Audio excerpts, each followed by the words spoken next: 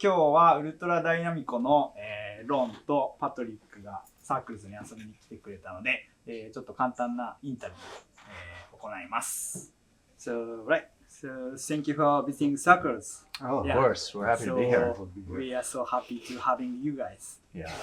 We love it here.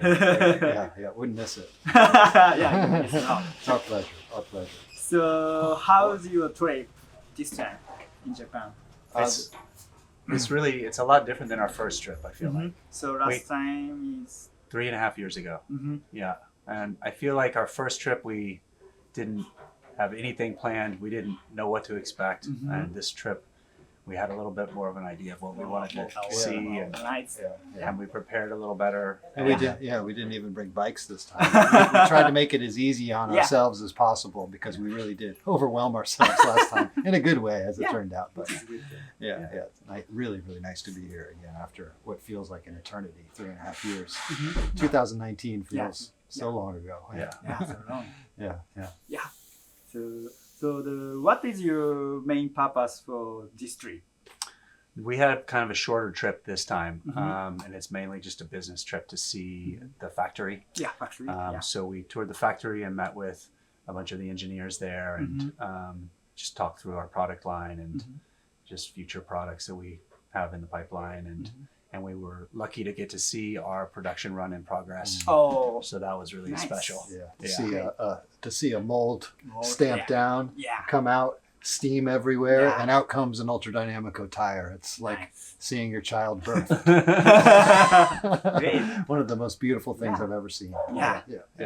So that was really so cool. you can see all the process. Exactly. Like by hand. Yeah. Last time when we visited, we had a great tour of the factory. It was really good, but we were also very jet lagged and a little tired.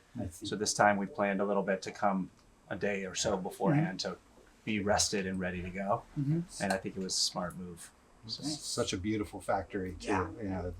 To see everyone working like that and to see how, I think the first time, to Patrick's point, that we went, it was hard to, noted the overwhelm. It was hard to really take in everything. I feel like this time we went in with a plan and we were able to see each step that we were really curious about. The first time we came was kind of like a dream. It was a dream because we were jet lagged. That's the first time to being to Japan, right? Yeah, 3.5 years ago was the first. The second. We had said we would come back every year, but something happened in between. I can't quite. Something happened. So nice. So nice. Yeah. So first of all, please introduce yourself. So maybe Patrick first. I'm Patrick. Just kind of run most of the day-to-day operations of the tire company, and Ron does all of the marketing, and but we collaborate together on all the design, and so Yours cybersecurity. Don't forget that. Cybersecurity. Your cybersecurity accounts. Yeah, wholesale accounts. And basically every email. Emails. You email, you get Patrick. And you DM, you get Ron. You get me. So So I'm Ronnie, or Benedict, or ULTRAROMANCE, or Ronnie Romance, and I do. I do all the media for ULTRADYNAMICO, and I also do the Instagram, the video stuff that we do, the photos, and we both do the designs together, which is really cool. Patrick and I don't know, we might get into this in a future question, but him and I have been collaborating on stuff like that, not to this scale, but things of creative nature for a long time. And so we fortunately work really well together. And so, we both do the designs, and we both have a deep passion for bicycles, so it works well together. So please tell me your background in the cycling industry. Okay. Background for me would be just riding my whole life. So I started riding BMX when I was young. And then was a bicycle messenger for 10 years. And then got into road cycling and road racing, and then mountain bikes, and later gravel bikes and everything else. But kind of a rider only background. I guess my only industry experience was as a messenger Oh, for 10 years. So Oh, where did in you? Texas. In Texas. Yeah, I'm from Austin, Texas. Oh, you originally, so. you originally was from Austin. Yeah. So very small messenger community there. Went back, a while ago. So But So- he was the top dog. small scene. Nice. So So how's the Patrick long? My cycling background, again, starting as a rider I started riding seriously when I was about 12, 13. Mountain bikes was where I got into it. In the mid 90s in America and other places, I'm sure Japan too, mountain bikes were a huge success. And I got into it immediately and I never looked back. It was just always mountain bikes. All the other sports I played just didn't matter anymore. So I worked in my cycling industry. Part of my life started when I was in high school, working at a local bike shop, and went to college in Durango, Colorado, to race for their mountain bike team.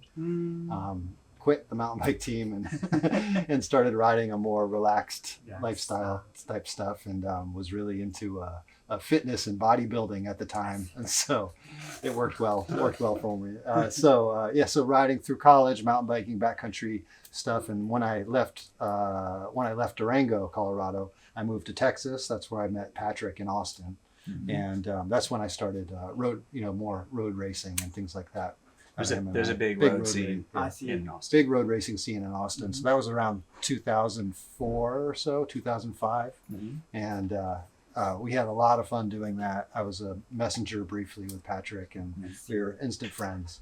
And so, I think we both got into road racing together at the same So time. you raced together, or We you, did, You yeah. are in the same team. we started a team together, Team Woolly Mammoth, Woolly and that Mammoth. was the beginning of our I see. creative collaboration and I bike see. stuff together. And we had a pretty good team in Austin. It went well. We did that for a while, and then I started bicycle touring more and more, and pretty much started living on the bicycle, and then there was no room in my life for road bikes anymore, so I stopped doing that entirely. And so then I kept doing that, and that was kind of my beginning of Instagram. Yeah. And so both Patrick and I did Instagram in the beginning, and it was a contest. Yeah, we started our Instagrams at the same time, Same time. and it was a contest between us to see who could get the most, and he won. It was kind of a contest between you and my wife Yeah. Oh. to see who could get to a certain amount of probably followers. who could get to like 500 followers or something, Yeah. So My wife beat him, but then he kept. I came back. I came back strong. Came back. My wife has a small business, so So that was kind of like how the Ultra Romance brand started, just as a contest between him and I. Yeah. So and then of course Patrick on Instagram is Ultra Tradition. Yeah. And that was like a thing from our Woolly Mammoth days. Romance Tradition Ultra was like our tagline. yeah, I we see. put it on the jerseys. It was just like yeah. we just thought it sounded really European. We were Yeah. a very European racing team in Texas. That's right. All white kits, All all white, white. immaculate, just shaved down to Yeah. just oiled up. You would not recognize him Oh. back then. Yeah. Well, I'll send you some stock. Oh, footage. yeah. Okay. Yeah. So did that, and then towards the, I guess probably 7 or 8 years ago, I just started selling T-shirts on on a web store. Actually, we had the first T-shirts I sold were the people sent in cash in an envelope, and it was so. I never know if I broke even on those, but so then that was the first product I ever sold. Then after that, I just started adding more stuff and started doing bags with Swift Industries, and that was how the Fabio's chest started. And I mean, I think what was cool is that your entry into the industry was based on your life of touring and living off the bike. You brought that knowledge and said, I want something a little different than what's out there, and how can I get this out there, because I'm using this every day and need it. And it was a similar thing with the tires. When we started the tire brand, we we really wanted a 650B tire that was a little bit higher volume. We just had this idea of a 650B tire, a lightweight, fast rolling, kind of shallow knob tire, and we just kept waiting for it to come out for a few years. When is it going to come out? When are we going to see it? There was some things on the market, but there wasn't exactly what we kept waiting for, and so that's like the way that we come to in the Ron's bike stuff and ULTRADYNAMICO and all the stuff we sell, we just wait. We're like, oh, I want something. Does it exist? Yeah. No. Okay, let's make it. Let's try to figure it out. And once I met Matt at Crust Bikes, he really, something clicked in my brain after meeting him and designing the Romancer with him and being like, okay, we could do this. We have more at that time.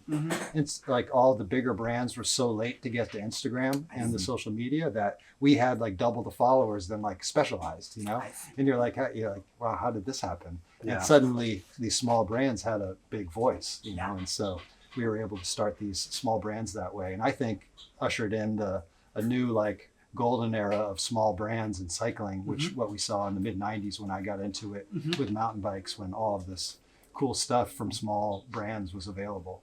And so I'm heavily inspired by remembering that, and having lived through that and just being so enthralled and just amazed by how cool this stuff was. And so it's a real dream to be here where we are now, making the stuff that we love. And people like it, and we're able to make a living off of it. And it's important that we mention people like Matt, who was such an influence and just really pushed us. He's a dear friend of ours, and he just pushed us to go forward with our ideas. And him and Adam Sklar too. It's been so cool to. I met him when he was really young. He was only 20. Oh, really? Yeah, and he came and visited Nutmeg Country, where I'm from in Connecticut, and it's been cool to like see his trajectory and like how well he's been able to do for himself. Incorporating a lot of the skill sets that we have as a younger generation of. We're not as young. We're not young, but he is. Adam just turned 30. Just turned 30.